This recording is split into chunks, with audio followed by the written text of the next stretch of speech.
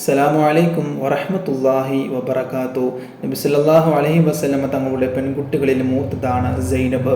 മകളെ മാതാപിതാക്കൾ ലാളിച്ചു വളർത്തി. നല്ല സുന്ദരിയായ പെൺകുട്ടി. സൈനബിൻ്റെ നേരെ അനിയത്തിയാണ് റുഖിയ. റുഖിയ മിടുക്കിയാണ്. റുഖിയയുടെ ഇളയതാണ് ഉമ്മു കുൽസൂം.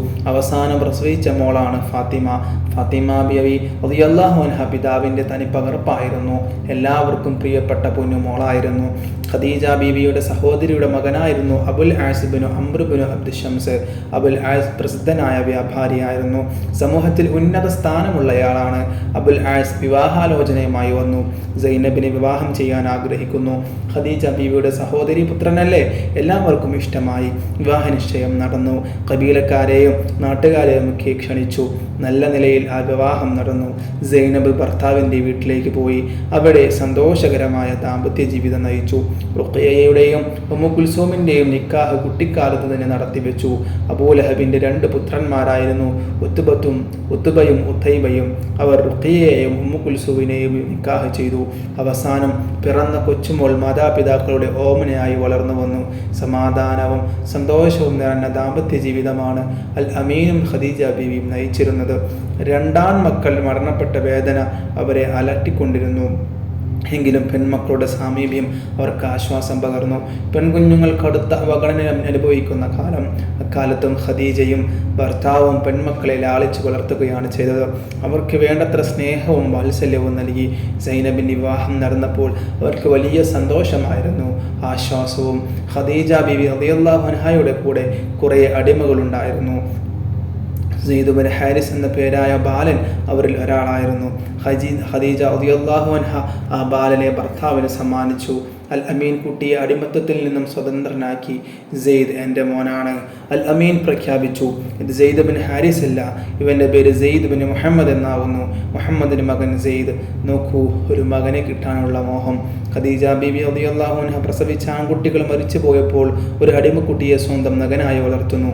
ഒരു മകനെ നൽകാവുന്ന സകല സ്നേഹവും സെയ്ദിന് ലഭിച്ചു. ഒരു പിതാവായിട്ട് തന്നെയാണ് സെയ്ദ് നബി സല്ലല്ലാഹു അലൈഹി വസല്ലം തങ്ങളെ കണ്ടത്. സെയ്ദിനെ ആളുകൾ സെയ്ദ് ബിൻ മുഹമ്മദ് എന്ന് വിളിച്ചു വന്നു.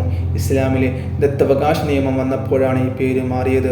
ഖദീജയ്ക്കും സെയ്ദിനോട് വലിയ വാത്സല്യമായിരുന്നു. ഉന്നത ഗോത്രത്തിലാണ് സെയ്ദ് പിറന്നത്. ഒരു പോരാട്ടത്തിൽ ശത്രുക്കൾ പിടിച്ചുകൊണ്ടുപോയി ഉക്കാളിലെ അടിമച്ചന്തയിൽ വിറ്റുകളഞ്ഞു. 400 ദിർഹം കൊടുത്ത് ഖദീജ ബീവി റളിയല്ലാഹു അൻഹയാണ് കുട്ടിയെ വാങ്ങിയത്. കുറേ കാലത്തിന് ശേഷം സ്വന്തം ഗോത്രക്കാർ അന്വേഷിച്ചു വന്നു. അൽ അമീൻ്റെ കൂടെയാണെന്നറിഞ്ഞു ബന്ധുക്കൾ മക്കയിലെത്തിയതാണ്. ഇതെൻ്റെ മകനാണ്. വർഷങ്ങൾക്ക് മുമ്പ് ശത്രുക്കൾ പിടിച്ചു കൊണ്ടുപോയതായിരുന്നു. ഇവനെ എനിക്ക് വിട്ടുതരണം. സെയ്ദിൻ്റെ പിതാവ് കണ്ണീരോടെ പറഞ്ഞു. ഞാൻ സെയ്ദിനോട് പോകണമെന്നാണോ പോകരുതെന്നോ പറയില്ല. അവൻ്റെ ഇഷ്ടം പോലെ ചെയ്യാം. നിങ്ങളുടെ കൂടെ വരുന്നതാണ് സന്തോഷമെങ്കിൽ അങ്ങനെ ചെയ്യാം, ഞാൻ തടയില്ല. ഇവിടെ നിൽക്കുന്നതാണ് സന്തോഷമെങ്കിൽ അങ്ങനെ ചെയ്യാം, ഞാൻ നിർബന്ധിച്ചു പറഞ്ഞയക്കില്ല. അൽ അമീൻ തൻ്റെ നിലപാട് വ്യക്തമാക്കി. ബാപ്പ മകനെ സമീപിച്ചു. എന്നിട്ട് സ്നേഹപൂർവ്വം പറഞ്ഞു, മോനെ, പൊന്നുമോനെ, നീ എൻ്റെ കൂടെ വരൂ. നിൻ്റെ ഉമ്മയും നമ്മുടെ ബന്ധുക്കളുമൊക്കെ നിന്നെ കാണാൻ കൊതിയോടെ കാത്തിരിക്കുന്നു. ബാപ്പയുടെ കൂടെ പോകുന്നതാണ് ഇഷ്ടമെന്ന് അദ്ദേഹത്തോട് പറയൂ മോനെ.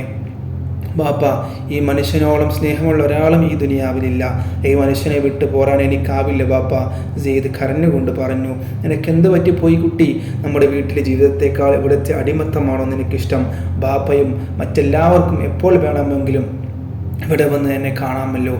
ഇവിടം വിട്ടുവരാൻ എനിക്കാവില്ല, എന്നെ കൊണ്ടാവില്ല. ആ പിതാവ് അൽ അമീനോട് ഇങ്ങനെ പറഞ്ഞു. എൻ്റെ മോൻ താങ്കളെ എന്തുമാത്രം സ്നേഹിക്കുന്നു എന്നോർത്ത് ഞാൻ അതിശയപ്പെടുന്നു. ഞാൻ അവനെ ഇവിടെ നിർത്തിയിട്ട് പോവുകയാണ്. ഇടയ്ക്കിടെ ഞാൻ ഇവിടെ വന്ന് അവനെ കണ്ടുകൊള്ളാം.